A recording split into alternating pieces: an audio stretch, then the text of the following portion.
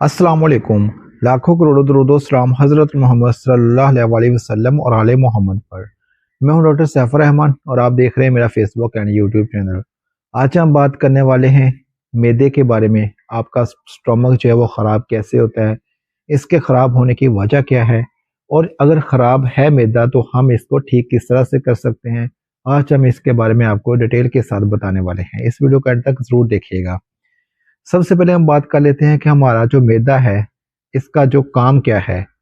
हमारा मैदा जो है इसमें हमारी जो जितनी भी हम खुराक खाते हैं, हम जो कुछ भी खाते हैं, सारी खुराक जो है हमारी खुराक का जो है स्टोर करने का एक किस्म का ये आर्गन है। हमारी सारी खुराक जो जो कुछ भी हम खाते हैं, सारी खुराक को जो है ये स्टोर करता है अपने अंदर। स्टोर करने के बाद क्या करता है, कुछ एंजाइम्स जो है इससे खारिज होते हैं, जो एक किस्म का जो है कि लिक्विड पैदा करते हैं। और वो जो लिक्विड है, वो जो पानी सेक्रेशन जो होती है, वो खारिज होकर जो हमारी खुराक हम जो कुछ भी खाते हैं उसको हजम करती है, जिस तरह के पेप्सिन वगैरह। वो जो है खुराक हजम करके हमारी खुराक को जज़्व बदन बनाते हैं।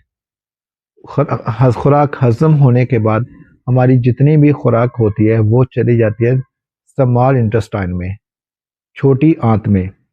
छोटी आंत में जाने के बाद क्या होता है कि जितनी भी खुराक जो भी हमने खाया होता है, अगर हमने प्रोटीन खाया है या हमने किसी किस्म का कोई सब्जी खाई है, कुछ भी अगर हमने खाया है, वो जो छोटी आंत है स्मॉल इंटेस्टाइन, उसमें से हमारा जो हमारी जो आंत है, खुराक में से वो सब कुछ जो है वो कलेक्ट करके हमारी बॉडी में जो है वो उसको जज़ब करने के लिए, शामिल करने के लिए वो जो है खून में शामिल कर देती है।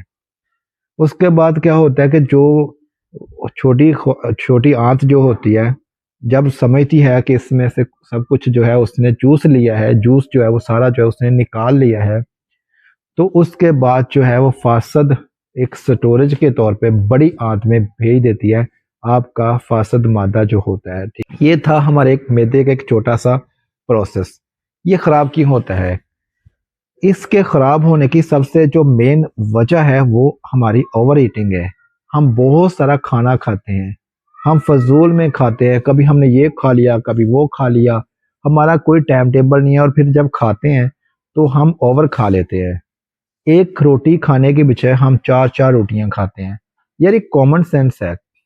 आप एक छोटी सी बात समझ लीजिए। हम क्या करते हैं, छोटा सा मैदा है, उसमें एक रोटी की गुंजाइश होती है।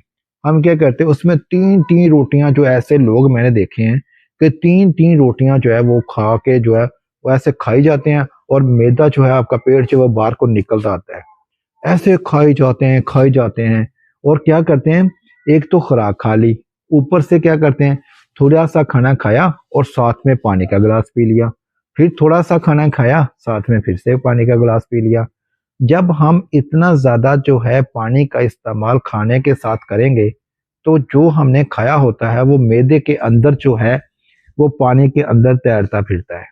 जो हमने खाया होता है वो सब कुछ जो है पानी के अंदर जो है, पानी बहुत ज़्यादा हम जब पी लेते हैं तो पानी ज़्यादा होता है, और खुराक जो होती है, खाई जो होती है, वो कम होती है। जिसकी वजह से क्या होता है कि हमारे मैदे के जो एंजाइम्स होते हैं, जो सेक्रेशन होती है, जो पेप्सिन होती है वगैरह, जो इतनी भी जो सेक्रेशन जो खारिज होती है हमारी खुराक को तोड़ने के लिए, खुराक को हजम करने के लिए, जो एक लिक्विड जो है वो तैयार होता है, वो जो है वो सही तरीके से जो है नहीं हो पाता, तो हमारे मैदा में जो है वो तेजाबियत है जो बन जाती है, बहुत ज़्यादा तेजाबियत बन जाती है, जो हमारे मैदे के ख़राब होने की मेन वजह है।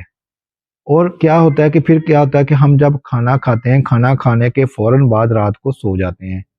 मैदा को जो होता है खुराक को हज़म करने के लिए थोड़ा टाइम चाहिए होता है।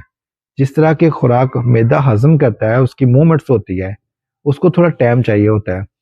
हमने एक तो 4 रोटियाँ खा ली, ऊपर से हमने क्या करना है, 4 रोटियाँ खाकर हमने बिस्तर में लेट जाना है।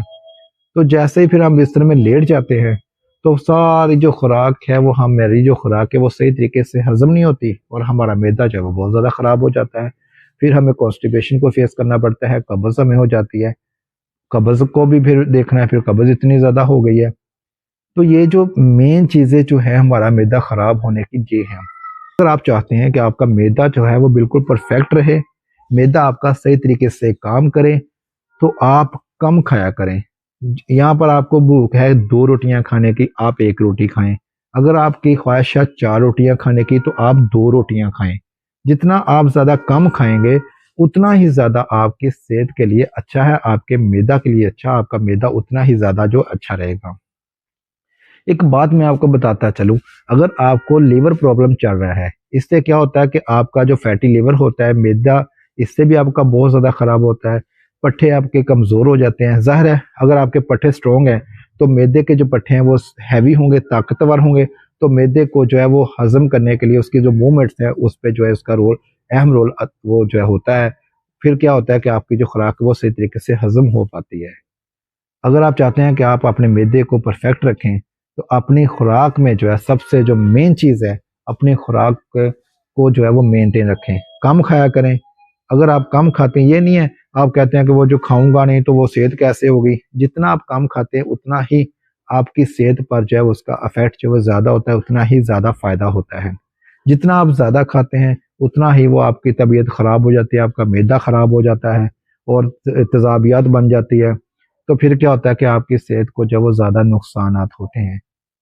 अगर वीडियो आपको अच्छी लगी है तो हमारे इस चैनल को सब्सक्राइब कर लीजिएगा और बेल आइकन को प्रेस कर लीजिएगा ताकि हमारी हर आने वाली वीडियो आप तक पर वक्त पहुंचती रहे।